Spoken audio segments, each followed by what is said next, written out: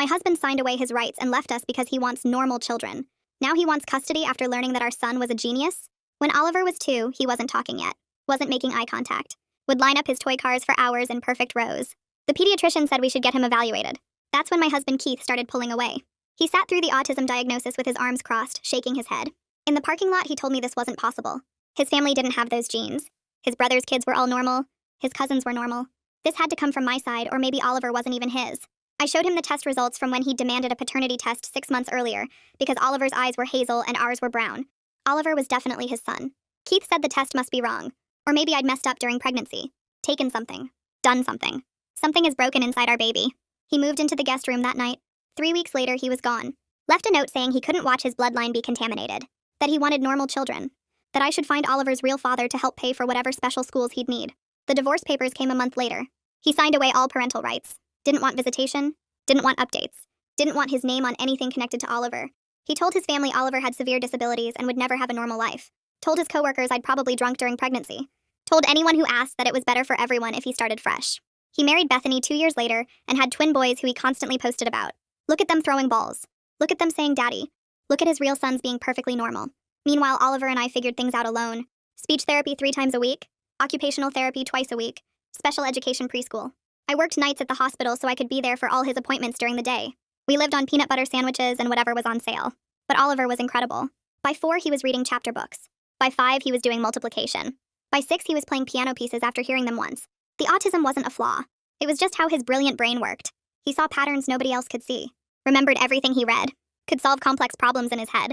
His teachers started using words like gifted and prodigy, and exceptional. By 8, Oliver was in a special program for profoundly gifted children. He won the state science fair with a project about mathematical patterns in nature. Got invited to a summer program at the university. Started learning calculus because regular math bored him. The local newspaper did a story about him. That's when Keith called for the first time in 6 years. He'd seen the article.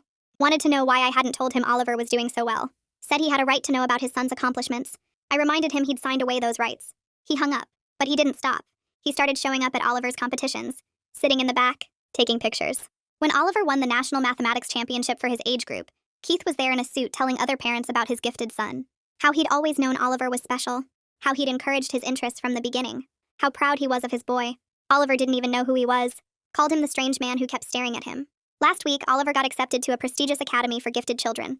Full scholarship. Newspaper coverage. Television interview. The story of the 9-year-old autistic genius heading to a school for future leaders. Keith showed up at our door with Bethany and the twins. Said it was time for Oliver to meet his brothers. That they were a family. He wanted to be part of Oliver's journey. That he could provide things I couldn't. Private tutors, better resources, connections in the academic world. He actually said he was the reason Oliver was so smart. His genes. His brilliant bloodline finally showing through. Bethany stood there nodding like she hadn't known he'd abandoned us. Like he hadn't called our son contaminated. The twins were confused why they were at some strange house. Oliver was doing homework in his room. I told Keith to wait outside. Then I went to my filing cabinet and pulled out 6 years of documents. The termination papers were right on top where I'd filed them 7 years ago. I pulled out the thick folder and spread everything across my kitchen table. Keith's signature on the document where he signed away all parental rights. The paternity test results he'd demanded. Stacks of medical bills from Oliver's therapy sessions with past due stamped across them in red. The note he'd left, his handwriting still clear after all these years, the words contaminated bloodline and real children jumping off the page.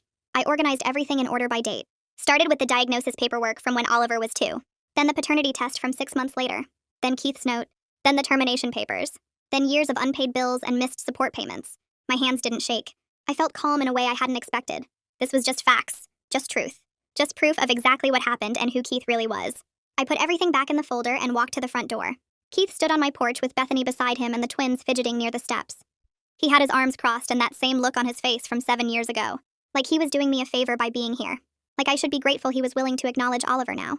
I opened the door and handed him the folder without saying anything. He took it looking confused. Started flipping through the pages. His face went white. Actually white. All the color drained out like someone had pulled a plug.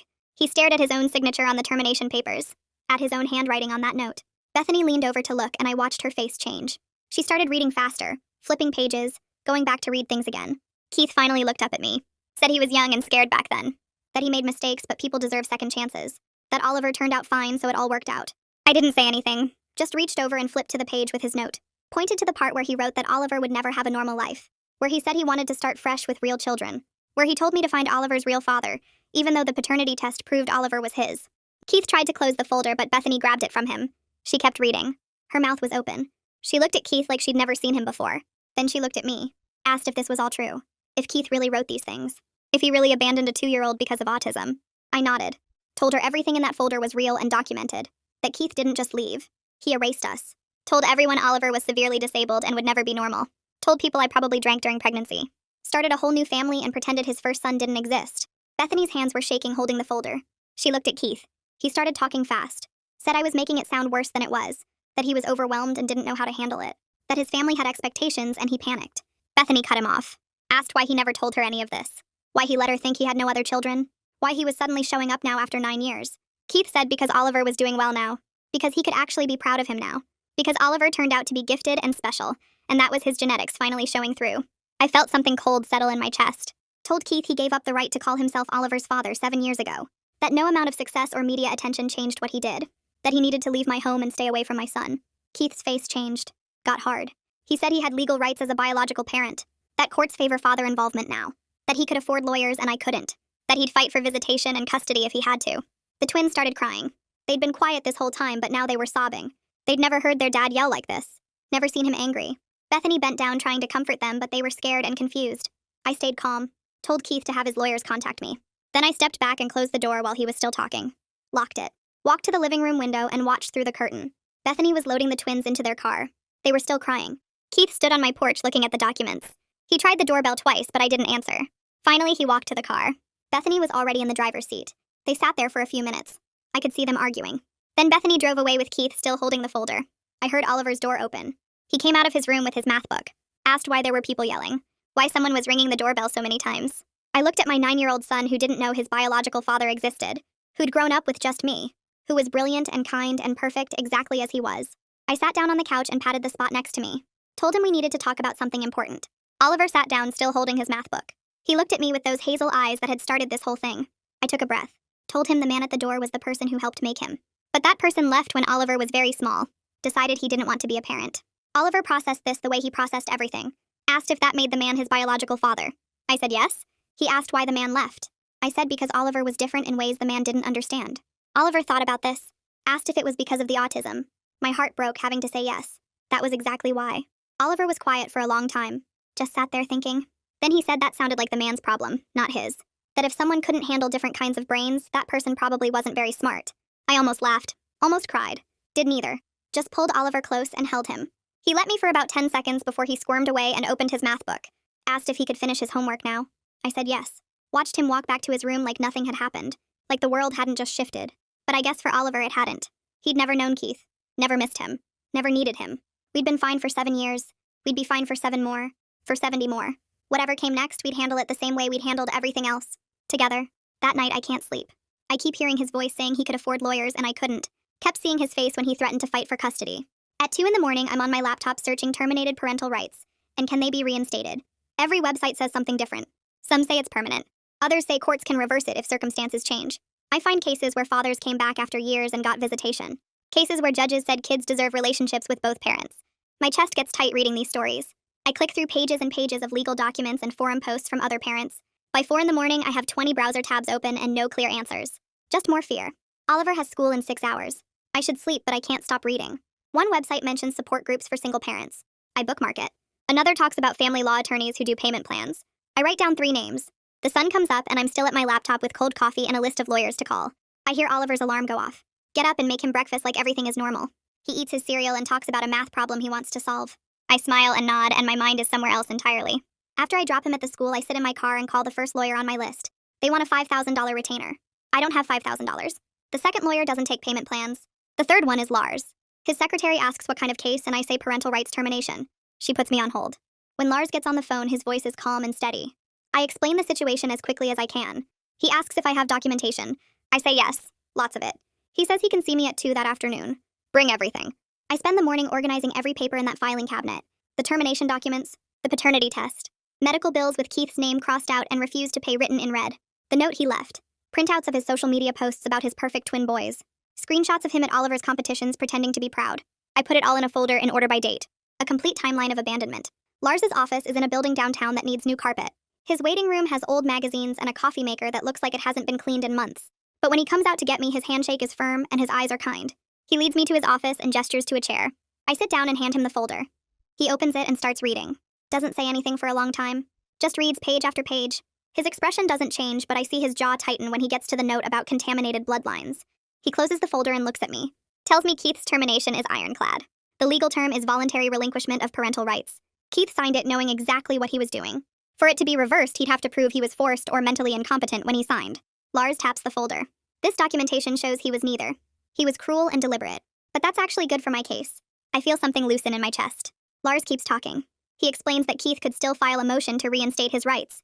Any parent can file anything. But given this documentation and 7 years of zero contact, no judge would grant it. The courts want stability for children. They don't reward parents who abandon kids and come back when it's convenient. Still, I need to be prepared. Keith might try. The process will be stressful even if we win. I ask how much this will cost. Lars names a number that makes my stomach drop. Then he says he does payment plans for cases like this. $200 a month. I can barely afford that, but I can't afford not to have a lawyer. I tell him yes. He pulls out paperwork and I sign it. He says he'll file documents immediately to formally oppose any attempt Keith makes. Creates a legal record that I'm protecting Oliver's interests. We're getting ahead of this. I leave his office feeling like I can breathe again. Not all the way, but enough. 3 days go by. Oliver goes to the school. I go to work. We eat dinner and do homework and everything feels almost normal. Then Lars calls. Keith's lawyer sent a letter. Lars emails me a copy and I read it on my phone. The letter claims Keith was suffering from untreated depression when he terminated his rights. That he wasn't in his right mind. That he's been in therapy for years and is now stable and ready to be a father. That he wants to establish a relationship with his son for Oliver's benefit. It's all lies, but it sounds good on paper. I call Lars back. He says it's a predictable strategy and it has no legal merit. Keith's own documentation proves he was thinking clearly. He got remarried, had more kids, built a whole new life. That's not the behavior of someone mentally incompetent. I ask about the depression claim.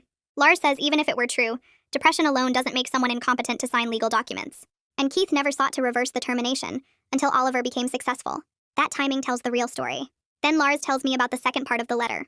It threatens to sue me for defamation if I tell anyone about Keith's past actions. Claims his reputation and career could be damaged. Lars actually laughs. Says truth is an absolute defense against defamation. If I tell people what Keith did and I can prove it's true, there's no case. And we can prove every word. The documentation is solid. But the threat tells us something important. Keith is worried about his image. That's leverage. I hang up and stare at my phone. Keith isn't just trying to get access to Oliver. He's trying to control the narrative. Make sure no one knows what he really did. I think about Oliver's new academy. About the security protocols and the intake forms that list no father. Keith could show up there. Could try to claim parental rights to the staff. I need to warn them. I call the academy and ask for Rita. She's the director. We met during Oliver's acceptance interview. When she gets on the phone, I explain the situation. Keep it brief and factual.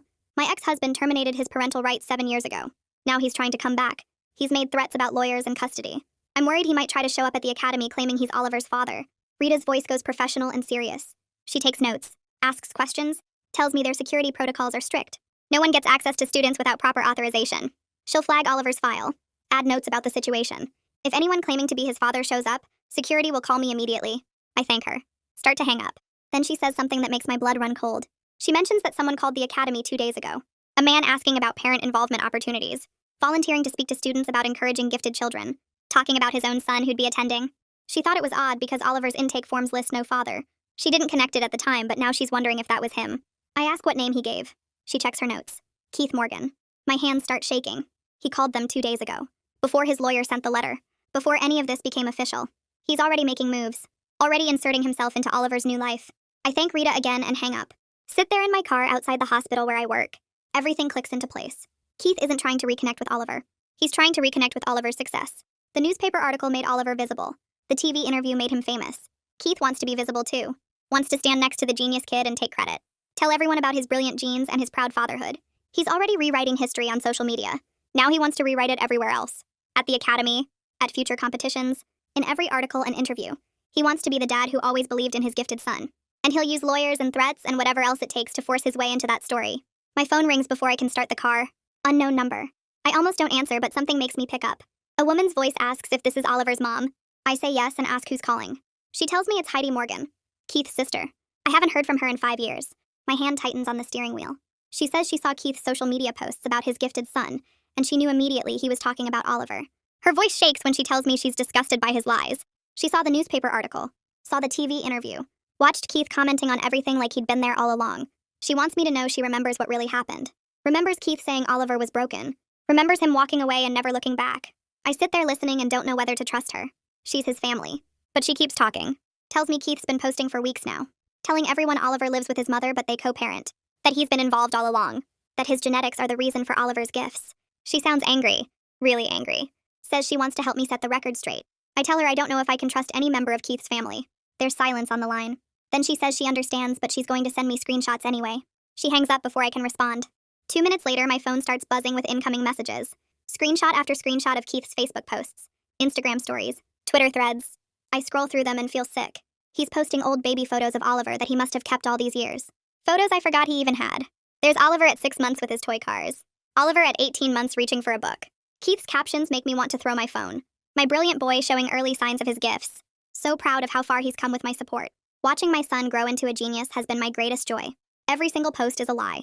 Every caption rewrites history. Makes Keith the devoted father who recognized Oliver's potential.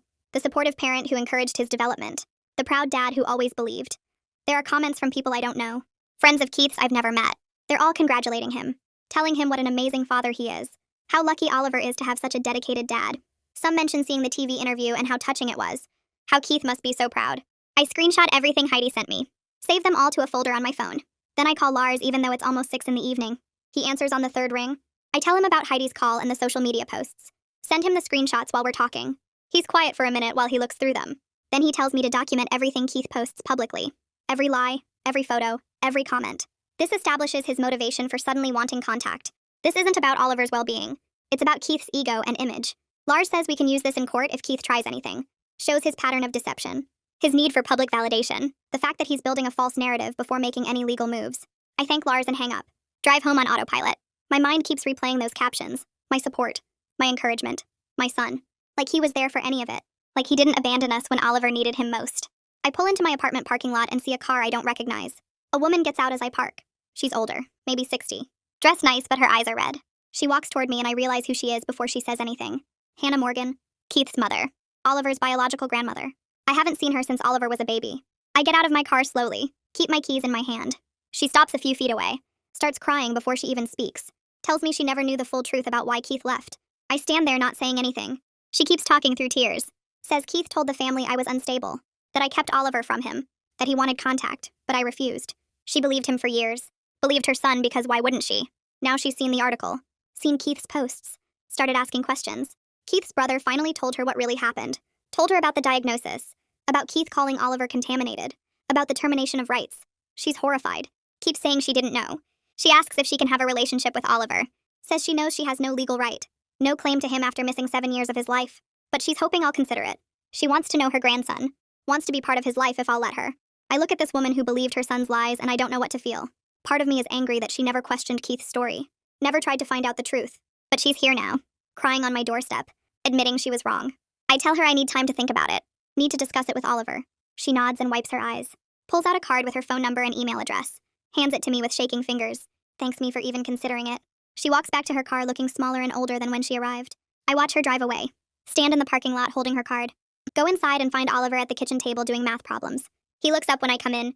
Asks who the crying lady was. I sit down across from him. Tell him she's his biological grandmother who didn't know about him until now. Oliver thinks about this for a minute. Then he asks if she's good at math. I laugh despite everything. Despite Keith's lies and Hannah's tears and the whole mess. Tell him I don't know, but maybe we can find out. Oliver nods and goes back to his homework. Like meeting his grandmother is just another interesting fact to process. 3 days later, Lars calls with news I was expecting but still dreading. Keith filed his motion to reinstate parental rights. The paperwork claims he's now financially stable. Married with a proper home. Able to provide opportunities I cannot. Private tutors, better resources, academic connections. Everything he said on my doorstep, but now in legal language. Lars tells me he was right that Keith would try this. Now we have to fight it in court. The court date gets set for 6 weeks out and Lars calls me the next morning with a list of what he needs. Character witnesses who can talk about my parenting and Oliver's needs. Every piece of documentation from Oliver's therapy sessions over the years. School records showing my involvement in his education. Medical bills I paid alone. Proof of every appointment I drove him to while Keith was posting pictures of his other kids online. I spend the weekend pulling together 7 years of my life in folders and binders. Speech therapy progress notes from when Oliver was 3. Occupational therapy evaluations. IEP meetings where I sat alone while other kids had both parents. Report cards, teacher conferences, piano recital programs, science fair ribbons. Everything that shows I was there for every single moment while Keith pretended Oliver didn't exist. Lars reviews it all in his office on Monday and tells me this is exactly what he needs. The evidence speaks for itself. I want to believe him, but I'm scared of standing in front of a judge and having Keith's lawyers twist everything. They'll make me look like I'm keeping a father from his child. Like I'm bitter about the divorce and using Oliver as revenge. Like Keith's sudden interest is genuine and I'm the one being cruel. Lars sees my hands shaking as I stack the folders and he stops me. Tells me facts and documentation will speak louder than Keith's emotional manipulation. The judge will see the termination papers Keith signed voluntarily. The years of zero contact. The lies he told his family. The timing of his return matching Oliver's media coverage. We have the truth on our side. And that matters more than whatever story Keith's lawyers try to sell. I nod, but the fear doesn't go away. Rita calls me that evening and asks if I have a minute to talk. She says she heard through the Academy's legal department that there's a custody situation developing, and she wants to offer her help. She's willing to testify about Oliver's needs and the importance of stability in his life, especially as he transitions to the Academy. She's dealt with similar cases before, and knows how disruptive parental conflict can be for gifted children. Oliver needs consistency and security to thrive, not chaos from a stranger trying to force his way into Oliver's life for publicity. I thank her and tell Lars the next day. He adds her to the witness list immediately. Her professional expertise will carry weight with the judge. 2 days later, I take Oliver to the library for his Tuesday math tutoring session. We're walking up the steps when I see Keith's car in the parking lot. He's sitting behind the wheel watching the entrance. Doesn't get out, doesn't approach, just sits there making sure we see him. Oliver notices and asks why that man is here again. I take Oliver inside and text Lars from the children's section while Oliver works with his tutor. On Saturday, we go to the park for our usual weekend walk. Keith is there on a bench near the playground. Same thing, watching, not approaching, making his presence known. I pull out my phone and take a picture with the timestamp visible. Do the same thing on Tuesday at the library. Document every single instance. The dates, the times, the locations. Lars files for a restraining order based on harassment and intimidation. Says this behavior is designed to scare me, and shows Keith's real motivation isn't about Oliver's well-being. The hearing for that gets scheduled 2 weeks before the parental rights hearing. My phone rings on a Thursday afternoon and the caller ID shows Bethany's number. I almost don't answer. Let it go to voicemail. But something makes me pick up. She's crying before she even says hello. Tells me she's left Keith and is staying with her sister. That she can't be married to someone who abandoned a disabled child and then lied about it for years. She saw the documents I gave Keith. Read every page after he tried to hide them. She had no idea he had another son. He told her before they got married that he'd never been a father before. That the twins were his first children. Everything was a lie. She kept asking him questions and he kept changing his story until finally he admitted the truth. Admitted he signed away his rights because he didn't want an autistic kid. Admitted he only came back because Oliver got famous. She packed her bags that night. She asks if she can help somehow. Says she'll testify about Keith's recent behavior and the lies he told her about Oliver. She's furious that he let her believe he had no other children and is now using their twins as props in his redemption story, taking them to my house like they're some kind of proof he's a good father. She wants the judge to know what kind of man Keith really is. Lars adds her to the witness list and tells me this is huge. The wife leaving and offering testimony destroys Keith's image of stable family man. The restraining order hearing happens on a Wednesday morning. I take the day off work and meet Lars at the courthouse. Keith shows up with his lawyer acting wounded that I'd accuse him of harassment when he just wants to see his son. His lawyer argues that Keith has been trying to establish a relationship and I'm being unreasonable. That showing up at public places isn't stalking. That any father would want to catch glimpses of the child he's been kept from. Lars presents my documentation. Photos with timestamps showing Keith at the library during Oliver's tutoring. At the park during our walks. Always watching. Never approaching to actually interact with Oliver. The pattern of behavior designed to intimidate. The judge reviews everything and asks Keith's lawyer why Keith didn't just request supervised visitation through proper channels if his interest was genuine. The lawyer stumbles through an answer about wanting to see Oliver in natural settings first. The judge isn't buying it. She grants a temporary restraining order. Keith is ordered to stay 100 yards away from me, Oliver, our home, and Oliver's school.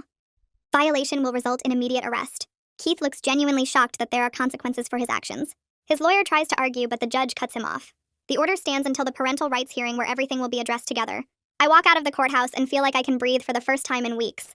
My phone rings 2 days later. The newspaper reporter who did the original story about Oliver. She asks if I have time to talk about rumors that Oliver's father is trying to reconnect. Says she's heard things around town and wants to get the facts straight. I tell her I can't comment on ongoing legal matters. She understands but asks me to call if I change my mind. I tell Lars about it and he goes quiet for a minute. Then he says we might want to control the narrative. Keith's been spinning his version to anyone who will listen. Maybe it's time people heard the truth. I spend 2 days thinking about what Lars said. Looking at Oliver doing his homework at the kitchen table. Watching him line up his pencils in perfect rows before starting each problem. He's so focused on the math he doesn't notice me staring. I think about Keith telling everyone his version of the story, making himself look good while Oliver and I know the truth. The reporter's card sits on my counter where I left it. On the third day I call her back and say I'll do the interview. She comes to my apartment that afternoon with a recording device and a notepad. I show her everything. The termination papers with Keith's signature, the paternity test results, the note where he wrote about contaminated bloodlines, the medical bills he refused to pay, the documentation of every therapy appointment I took Oliver to alone. She takes photos of the documents and asks questions about the timeline. I tell her everything in a flat voice because if I let emotion in, I might start crying and never stop. She asks if she can quote directly from Keith's note, and I say yes. The truth needs to be public exactly as it happened. The article runs 3 days later on the front page of the local section. The headline reads, "Father who abandoned autistic son returns after boy becomes prodigy." There's a photo of Oliver from the Academy announcement next to excerpts from Keith's termination papers. The reporter included the part where Keith wrote that he wanted normal children and couldn't watch his bloodline be contaminated. She quoted his lawyer's letter claiming depression, but contrasted it with evidence that Keith was posting about his perfect twins during the same time period. The article includes statements from teachers about Oliver's brilliance and my years of single parenting through therapy and special education. By noon, my phone won't stop buzzing. Text messages from people I haven't talked to in years saying they had no idea. Emails from other parents of autistic kids thanking me for speaking out. The newspaper's website crashes from traffic and they have to bring the servers back up. Someone shares the article on social media and it spreads everywhere. Comments flood in calling Keith every name you can think of. People find his social media accounts and leave messages on every post about his twins, asking how he can be such a good dad to them when he abandoned his first son, pointing out his lies about being involved in Oliver's life, screenshotting his old posts where he talked about his perfect normal boys and asking what he meant by normal. The autism community rallies hard. Parents sharing their own stories of partners who left after diagnosis. Advocates talking about the harm of viewing autism as contamination. Teachers and therapists weighing in about the damage Keith's attitude causes. By the next morning, the story has been picked up by regional news outlets. Then a national parenting website runs a piece about fathers who abandon disabled children. Keith's name is everywhere. His employer's social media gets tagged in hundreds of comments asking how they can employ someone who abandoned his autistic child. The company releases a statement saying they take family values seriously and are conducting an internal review. Keith gets put on administrative leave pending the investigation. His LinkedIn profile gets flooded with comments. His professional reputation is destroyed in less than 48 hours. Bethany's divorce filing becomes public record, and a legal blog picks it up because she cited his deception about having another child and his character issues as grounds. The filing includes her statement that she cannot remain married to someone who abandoned a disabled child and lied about it for years. People start connecting the dots that Keith's perfect family image was built on abandoning his first son. Hannah calls me on a Thursday afternoon. Her voice is shaking when she says she's ashamed of what her son did. She read the article 3 times and cried through all of it. She wants to support Oliver and me however she can. I ask if she's willing to testify at the parental rights hearing about Keith's history and the lies he told the family. She says yes immediately. She'll tell the judge everything about how Keith described Oliver as severely disabled and said it was better to start fresh, how he posted about his real sons being normal, how he kept the family away from us for years with his lies. I thank her, and we agree to meet the following week so Oliver can get to know his grandmother properly. Lars gives me the name of a therapist who works with gifted children dealing with family issues. Justin Byers has an office downtown in a building with a coffee shop on the first floor. I take Oliver there on a Saturday morning and we sit in a waiting room with puzzles and books. Justin comes out to meet us and he's younger than I expected with an easy smile. He takes Oliver back to his office while I wait. They're in there for an hour. When they come out, Oliver looks calm and tells me Justin has a Rubik's Cube collection and they talked about pattern recognition. Justin asks to speak with me alone for a few minutes. He says Oliver is handling everything remarkably well, using his logical thinking to separate Keith's actions from his own worth. Oliver understands that Keith's rejection says something about Keith, not about Oliver. But Justin wants to see Oliver regularly as things progress. Even though Oliver processes things logically now, his understanding will deepen as he gets older. We should plan for ongoing support as he develops emotionally and socially. I schedule weekly appointments and feel relieved that Oliver has professional help navigating this mess. The week before the parental rights hearing is supposed to happen, Lars calls me at work. Keith's lawyer contacted him about withdrawing the motion. Keith wants to avoid the public hearing where Hannah and Bethany would testify, and more details would become part of the court record. His reputation is already in pieces, and a hearing would finish the job. Lars says we can agree to withdrawal, but only under specific conditions. Keith has to sign an enhanced termination agreement that includes provisions against any future attempts to reinstate rights. He has to acknowledge in writing that his previous termination was voluntary and informed, not the result of depression or coercion. He has to agree to stay away from Oliver permanently with no exceptions. Lars emails me the draft agreement and it's thorough. Keith would be signing away any claim to Oliver forever with no possibility of coming back in another 9 years when Oliver is successful again. I approve it and Lars sends it to Keith's lawyer. 2 days later, Lars calls to say Keith signed everything. Didn't even try to negotiate. Just put his signature on every page his lawyer put in front of him. The hearing gets canceled and Lars files the new termination papers with the court. It's over in a way that feels anticlimactic after weeks of stress and fear. Lars calls me that evening after the papers are filed and tells me to focus on what we actually accomplished. Keith's reputation is destroyed.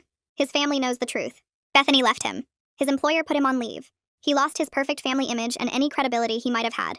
Those are real consequences even if he gets to walk away from the courtroom drama. I know Lars is right, but part of me wanted to watch Keith squirm under oath while Hannah and Bethany testified. Wanted a judge to tell him exactly what kind of person abandons a disabled toddler. But Oliver is safe and Keith can never come back. That's what matters. Oliver finds me in the kitchen that night while I'm washing dishes. He asks if the man will leave us alone now. I dry my hands and crouch down to his eye level. Yes, I promise him. The man signed papers that say he can never try to be part of your life again. Oliver nods once and goes back to his room where his math workbook is spread across his desk. He seems completely unbothered by the whole situation. Later that week, I mention this to Justin during our regular appointment. Justin says Oliver is processing everything through his logical framework right now, which is healthy. But we should watch for delayed reactions as Oliver gets older and understands more about what rejection means emotionally. Some things take years to fully process. Hannah calls on a Thursday afternoon, 3 weeks after Keith signed the final termination papers. Her voice is steadier than the last time we spoke. She asks again about having a relationship with Oliver. She knows she has no legal right and she'll understand if I say no. But she's proven herself by standing against her own son in court documents. She told the truth about Keith's lies even though it meant admitting she believed him for years. Oliver deserves to know his grandmother if I'm willing to give her that chance. I think about it for 2 days. Hannah could have stayed silent, could have protected Keith. Instead, she offered to testify about everything he said and did. She called him out publicly. That takes courage. I call her back and agree to supervised visits at neutral locations. She cries and thanks me. We schedule the first meeting for the following Saturday at a coffee shop downtown that has a quiet back room. I drive Oliver there on Saturday morning and Hannah is already waiting at a corner table. She brought a photo album that's older than I am, sits down next to Oliver and opens it carefully. Shows him pictures of Keith as a baby, Keith's father and grandfather, Keith's cousins and aunts and uncles. Oliver leans in close, studying each photo with the same intensity he uses for math problems. Hannah points out eye colors and facial features. Oliver inherited his hazel eyes from his great-grandfather, his nose shape from his grandmother's side, the way his hair grows in a cowlick from Keith's father. Oliver is fascinated by the patterns of genetic traits across generations. Asks Hannah questions about dominant and recessive genes. She doesn't know all the scientific answers, but she knows the family stories. Who looked like who? Which traits skipped generations? Oliver touches the old photos gently and asks if he can see them again sometime. Hannah's eyes fill with tears, but she keeps smiling. She becomes a regular presence in our lives after that. Visits twice a month on Saturday afternoons. Calls every Wednesday evening to hear about Oliver's week and his progress at the school. She's careful about boundaries. Never pushes for more time. Never makes excuses for Keith, or tries to explain away what he did. Just focuses on building a relationship with Oliver based on who they are now. Oliver likes her. Tells me she's good at remembering details about his projects and asking smart questions. Rita calls me at work on a Tuesday in late October. The Academy board met yesterday and discussed how I handled the situation with Keith. They were impressed by my advocacy for Oliver, and my ability to navigate complex family dynamics while prioritizing his needs. The board wants to offer me a position in their parent liaison office. The job involves helping other families transition to the Academy, connecting them with resources, and supporting parents through challenges. The pay is better than the hospital. The hours are during the day. I'd be home every evening with Oliver. I tell Rita I need to think about it, but I already know my answer. I call her back the next morning and accept. Give my 2 weeks notice at the hospital that afternoon. My supervisor understands. Says I've been working nights for 7 years and it's time for something better. The last night shift I work feels different, knowing I'll never have to do this again. Never have to leave Oliver sleeping while I drive to the hospital in the dark. Never have to survive on 3 hours of sleep between his morning routine and my evening shift. I can finally stop running on empty. Bethany's divorce from Keith is finalized in November. She gets primary custody of the twins with strict provisions about Keith not disparaging Oliver or his mother in front of the boys. A few days later, an envelope arrives at my apartment. Inside is a note from Bethany on cream-colored paper. She apologizes for her part in the situation, for standing in my doorway acting like she didn't know what Keith had done, for not questioning his story earlier. She hopes Oliver is doing well and says the twins will know the truth about their half-brother when they're old enough to understand. 6 months after Keith's failed attempt to reinstate his rights, Oliver wins another national mathematics competition. This one is for students under 12 and he's the youngest competitor by 2 years. The local newspaper covers it. The education reporter interviews Oliver about his problem-solving strategies, takes photos of him with his trophy. The article runs on the front page of the Metro section. No one asks about his father. No one mentions the controversy from months ago. Keith stays completely silent on social media, doesn't post the article or take credit or show up claiming pride. He's finally gone from our lives the way he should have been all along. I buy 3 copies of the newspaper, frame one of them and hang it on the living room wall next to Oliver's acceptance letter to the Academy. Stand back and look at what we've built together over 9 years. The walls of our small apartment are covered with evidence of Oliver's achievements and the life we created just the 2 of us. Academy,